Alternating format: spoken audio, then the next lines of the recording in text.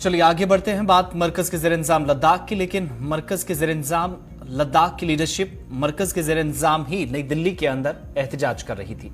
लद्दाख की दो सरकर्दा तंजीमों के नुमाइंदे आज दारुल नई दिल्ली में रियासती दर्जे की बहाली की हिमायत में एक एहतजाज करने के लिए जमा हुए और करगिल डेमोक्रेटिक अलायंस KDA और लेह अपेक्स बॉडी यानी LAB ने नई दिल्ली के जंतर मंतर पर एहतजाज का शेड्यूल बनाया था, जिसके मुताबिक एहतजाजी मुजाहिरा हुआ।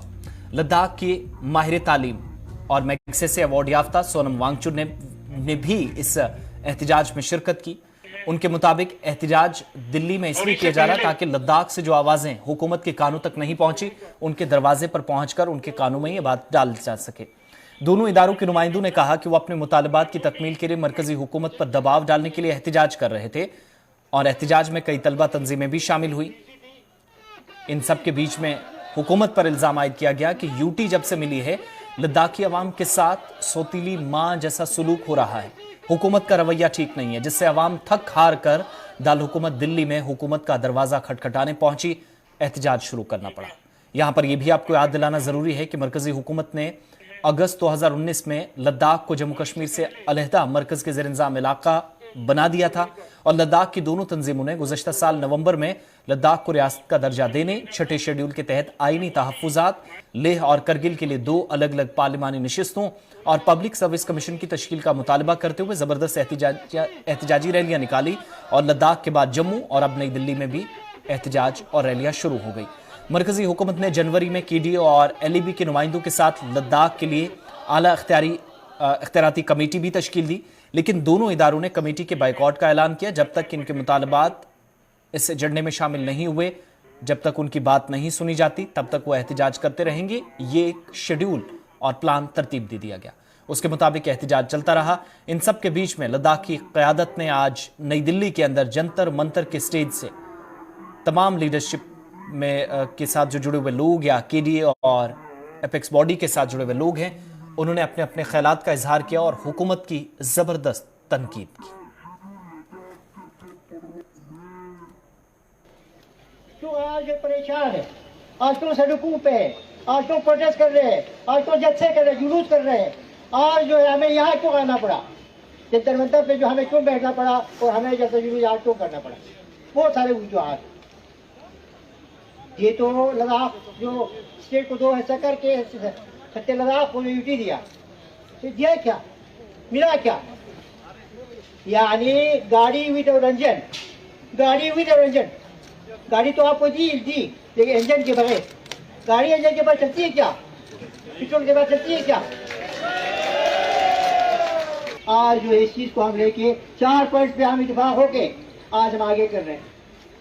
जो जैसे कि स्टेटहुड है, जैसे कि हमारा 6 शेड्यूल अंडर कॉन्स्टिट्यूशन, हम कॉन्स्टिट्यूशन के बगैर कुछ चीज नहीं मांगते हैं। जो कुछ मांग रहे हैं हम लोग कॉन्स्टिट्यूशन के अंदर मांग रहे हैं, कॉन्स्टिट्यूशन के अंदर मांग।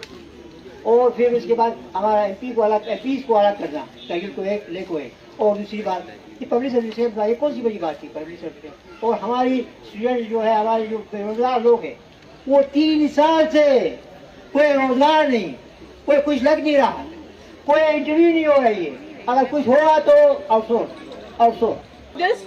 2019 में लद्दाख को यूटी डिक्लेयर किया गया।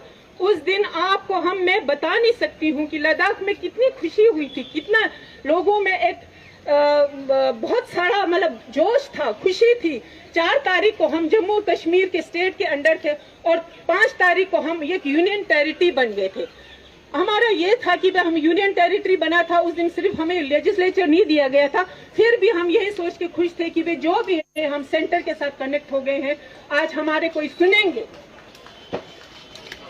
1 महीना बीता, 2 महीना बीता, 31 अक्टूबर का हमारा सिस्टम पूरा यूटी का बन गया। 3 महीने का बाद बहुत खुशी हुई हम सबको, मगर हमारा उसके बाद 6 महीना बीत गया, 7 बीत गया। उसके बाद हमें पता चलने लगा कि ये तो उल्टा ही हो गया है। 2019 के बाद जब फ्लोर ऑफ द हाउस से कहा गया कि अब लद्दाख के लोगों का विकास होगा, लद्दाख में डेवलपमेंट होगा, लद्दाख में लोगों को आइडेंटिटी मिलेगी, लोगों को अपनी शिनाख्त मिलेगी। लेकिन पिछले 3 साल से हम देख रहे हैं लद्दाख के लोगों को मुसलसल ठगा जा रहा है। के साथ मुसलसल बिट्रेयल है और लद्दाख के लोगों के साथ नाइंसाफी का खत्म न होने वाला एक सिलसिला जारी है।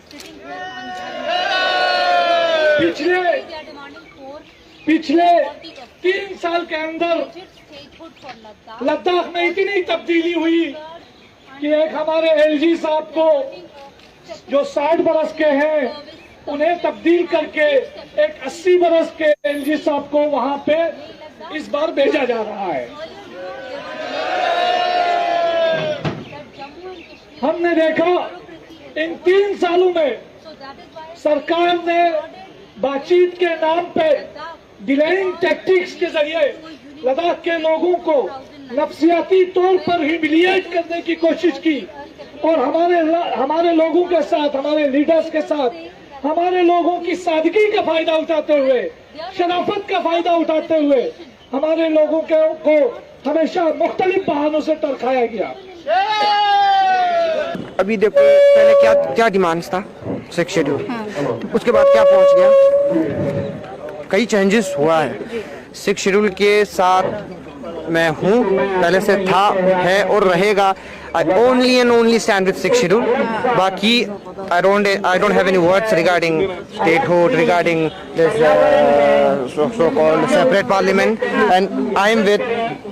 सबसे पहले बहुत बहुत शुक्रिया चैनल के साथ जुड़ने के लिए। तो आप दिल्ली चलो जो आंदोलन है यहाँ पे आज जुड़े हैं, बहुत सारे लोग जुड़े हैं, तो क्या कहेंगे? सबसे पहले बहुत अच्छी बात है, लद्दाख के लोग इस चीज़ को रियलाइज़ कर रहे हैं कि हमारे लद्दाख में जमहूरियत की कितनी ज़रूरत है, डेमोक्रेसी की कितनी ज़रूरत है।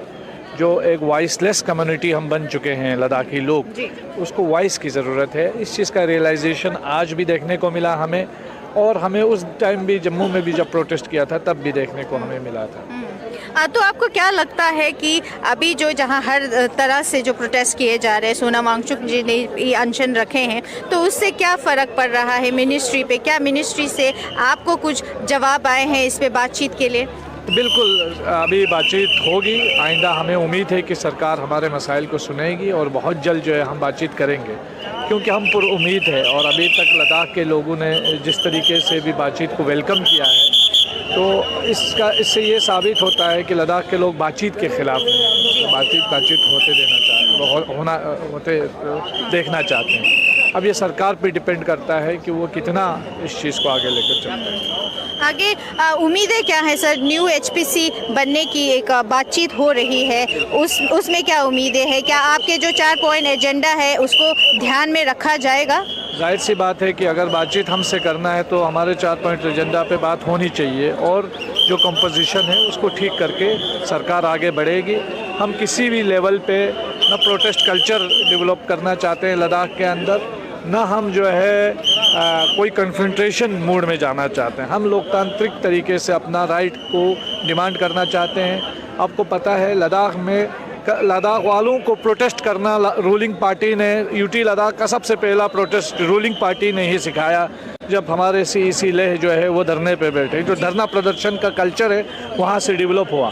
उसके बाद जो है धीरे धीरे हम देखते हैं कि हमें एक ऑर्डर निकाला जाता है, फिर उसके बाद उसको विड्रॉ किया जाता है, फिर एक प्रोटेस्ट करवाया जाता है, फिर एक ऑर्डर निकाल के उसके बाद कुछ दिनों बाद उसको विड्रॉ किया जाता है।